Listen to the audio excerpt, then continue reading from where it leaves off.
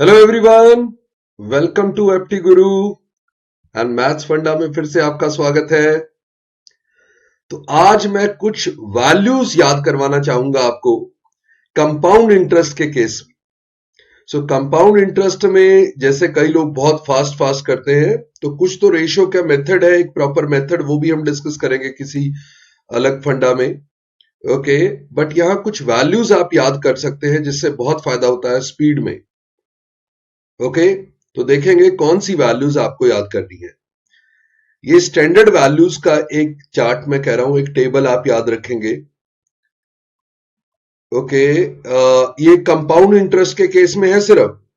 Compound interest का case है और परसेंटेजेस है। रेट ऑफ इंटरेस्ट आपका है 5%, 10% या 20%।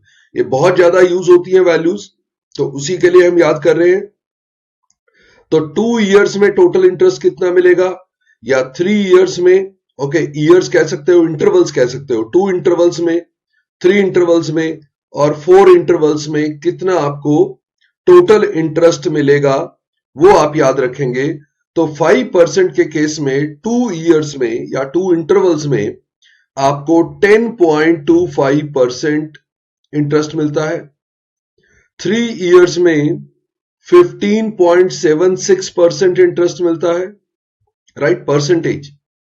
और 4 इयर्स में टोटल इंटरेस्ट हो जाता है आपका 21.55%।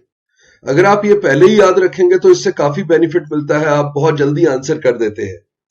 10% पे 2 इयर्स में 21%, 3 इयर्स में 33.1% और 4 इयर्स में 46.41%, राइट।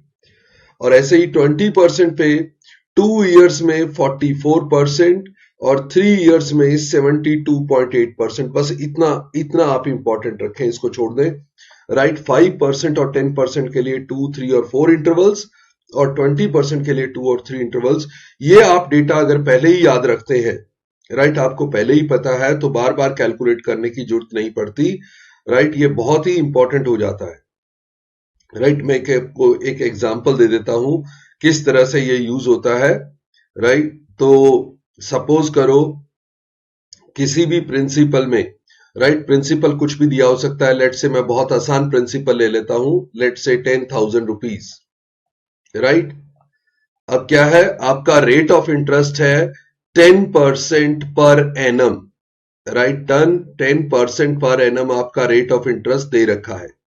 ओके, तो आपको पूछा है difference in the total interest, difference in total interest, right, when this principal is given at 10% per annum, compounding annually for 2 years, right। एक केस है compounding annually,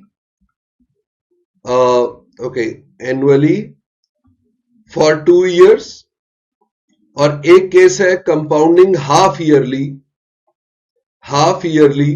फॉर 2 इयर्स। अब क्या होगा कि अगर कंपाउंडिंग एनुअली है, 2 इयर्स है, तो 10% 2 इंटरवल्स, यहां पे इंटरेस्ट कितना मिलेगा उसको, 21%, राइट। 10% 2 इयर्स हमने याद कर रखा है, 2 इंटरवल का 21%। और यहां क्योंकि हाफ ईयरली है, तो रेट ऑफ इंटरेस्ट बन जाएगा 5%, राइट। और 5% के इंटरवल्स बन जाएंगे 4 इंटरवल्स। तो जब 5% 4 इंटरवल होते हैं तो टोटल इंटरेस्ट मिलता है 21.55%। तो इसमें जो डिफरेंस आएगा वो डिफरेंस होगा 0.55%। तो आप डायरेक्ट कर लेंगे ना कि 0.55% ऑफ 10,000, राइट। तो आपको डायरेक्ट उसका डिफरेंस मिल जाएगा which is 550 rupees. I suppose 0.5% कितना होगा, ये 1% होगा इतना, राइट। 1% होगा 100, तो ये 55 रुपीज बन जाएगा, राइट। 55 रुपीज का आपका डिफरेंस बन जाएगा, राइट। 2 इयर्स में 10% और 10% कंपाउंडेड एनुअली और कंपाउंडेड हाफ ईयरली, तो उसमें जो डिफरेंस बनेगा आपका direct 55 rupees, because that is 0.55%। Okay, तो डायरेक्ट आप प्रिंसिपल का 0.55% देंगे और आंसर दे देंगे। ओके, तो चलो ये वैल्यूज पक्का याद रखेंगे, टेबल आप याद रखेंगे, बहुत इंपॉर्टेंट है। So see you in the next session. Bye bye, नमस्ते, जय हिंद, थैंक यू।